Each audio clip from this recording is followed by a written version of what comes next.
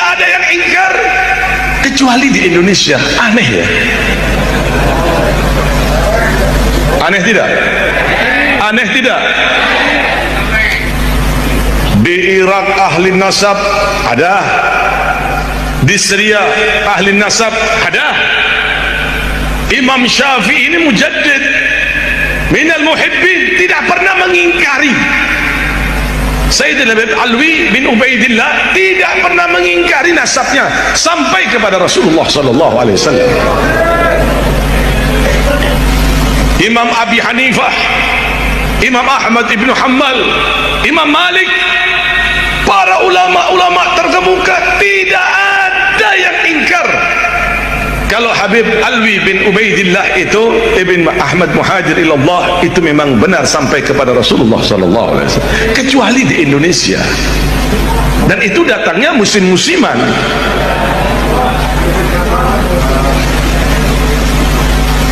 Saya tanya kepada teman-teman, semuanya betul. Jadi seakan-akan dia lebih hebat dari Imam Syafi'i, dia lebih hebat daripada Imam Abi Hanifah, seakan-akan dia lebih hebat daripada Imam Ahmad ibn Hanbal, seakan-akan dia lebih hebat daripada Imam Malik. Imam Syafi'i satu hari mendapat surat dari gubernur Mawaro An-Nahr, Transoksania, Afghanistan di sekitarnya lah. Gubernur namanya Abdurrahman Al-Mahdi. Siapa? Dibuka suratnya Imam Syafi'i. Isinya, Syekh, saya ingin paham syariat Islam dengan benar. Bagaimana, Syekh? Imam Syafi'i memanggil muridnya namanya Rabi' bin Sulaiman Al-Muradi. Siapa? Rabi', ada surat dari gubernur. Ayo kita balas yuk. Aktub risalah. Ayo kita tulis surat. Imam Syafi'i ngendikan, Rabi' nulis. Risalahnya Imam Syafi'i balas Abdul Mahdi akhirnya berjumlah 300 halaman. Itulah yang terkenal dengan kitab Ar-Risalah. Paham betul? Surat, mana surat? Ya, suratnya Imam Syafi'i. Datang Gubernur Abdurrahman Al-Mahdi. Isinya apa isinya? Aduh.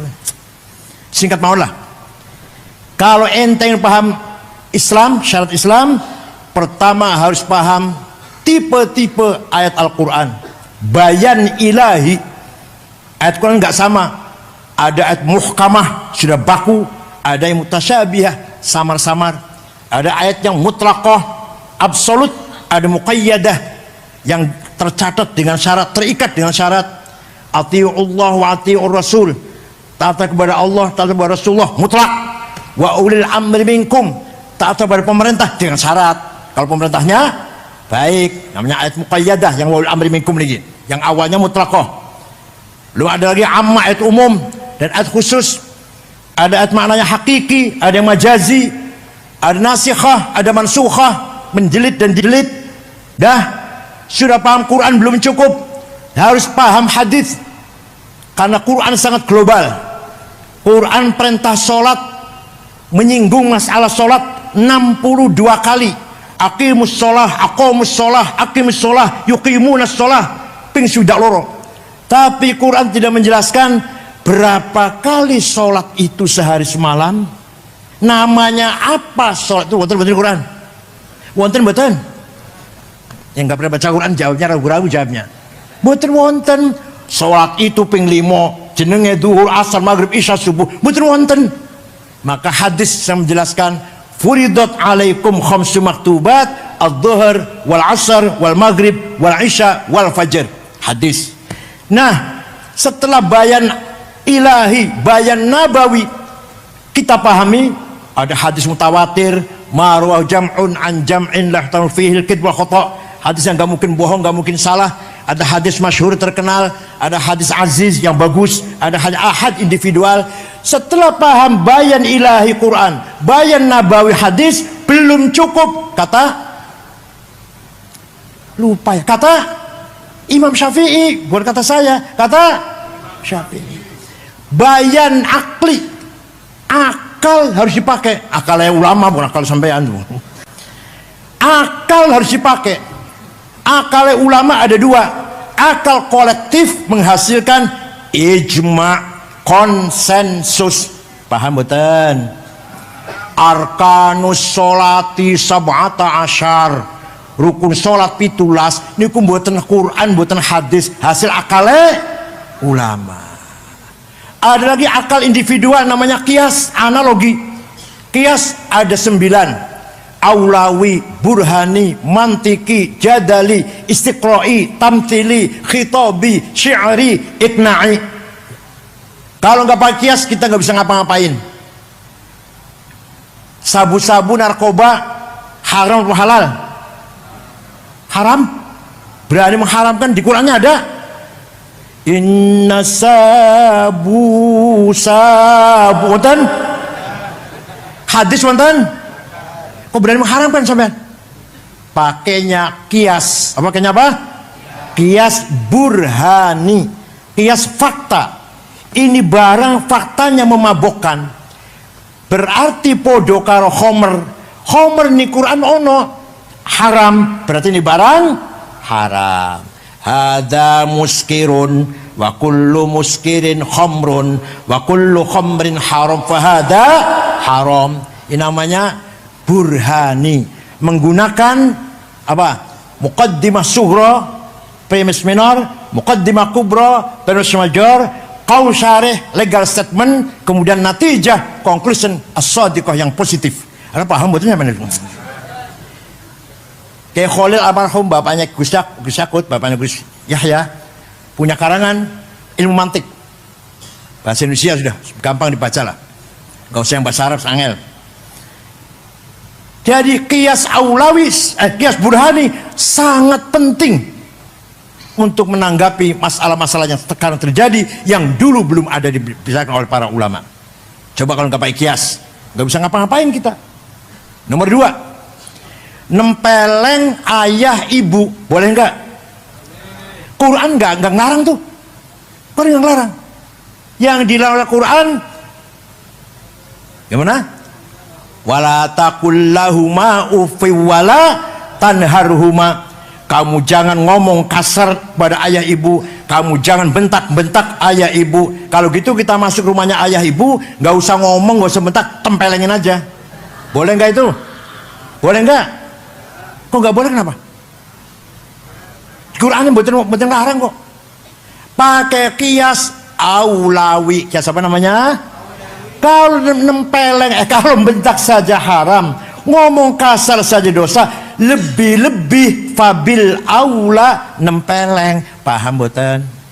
Wala taqrabuz zina innahu kana fahishatan wa sa'a sabila.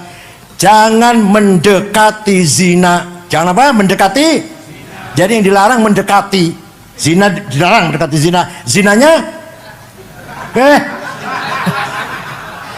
mendekati zina haram, dilarang. Zinanya lebih-lebih itu jamnya.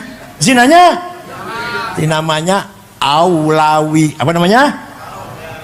Ini hasil produk ilmunya Imam Syafi'i.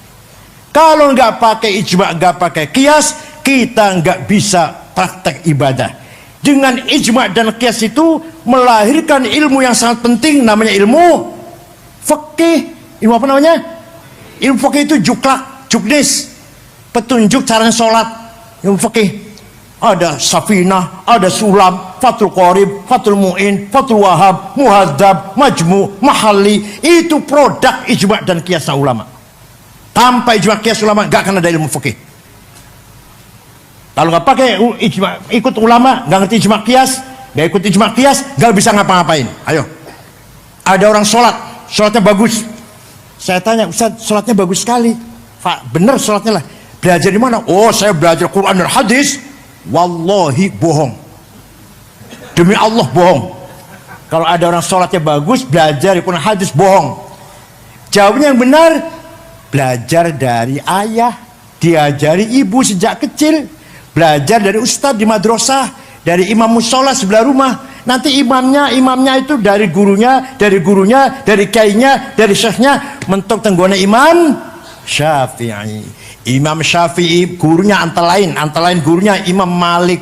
Imam Malik gurunya Imam Rabi'ah. Imam Rabi'ah gurunya Imam Kharijah. Imam Kharijah putra sahabat Zaid bin Thabit. Sahabat saja bu, muridnya Kanjeng Nabi, sahabat. Jadi kita ikut Imam Syafi'i berarti kita ikut Rasulullah sallallahu alaihi wasallam.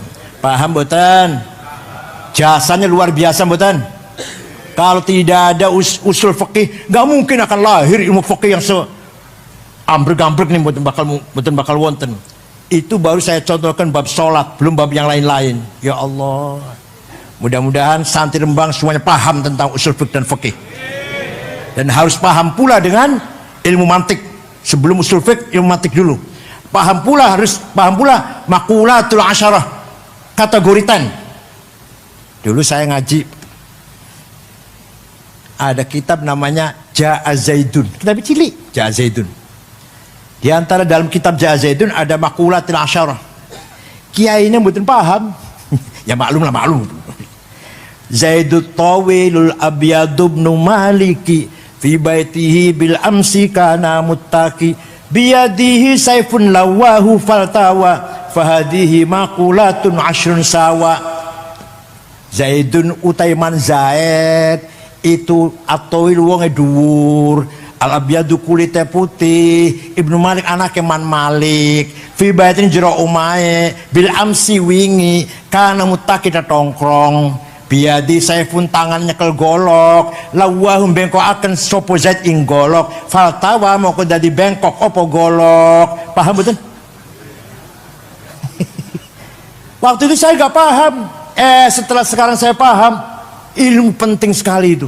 Namanya maqulatul asyarah, kategori 10. Zaidun esensi, at-tawil quantity, al-abyad quality, Ibnu Malik relasi, bil amsi times, fi baitihi place, kana muttaqi posisi, biadi saifun tangkel golok to have, lawahu aksi, faltawa reaksi. Paham? Siapa itu? Siapa orang itu? Oh itu Gus Dur. Seperti apa Gus Dur itu orangnya? Apa kualitasnya? Kehebatannya apa? Hubungannya apa dengan orang lain? Kapan? Di mana? Gus Dur presiden. Kapan? Tahun berapa? Di mana? Di Indonesia. Posisinya kuat apa enggak? Namanya posisi namanya karena mutaki. Biadi saya pun tangannya Gus Dur nyekel golok, artinya apa? Punya aksi apa? Punya kekuatan apa?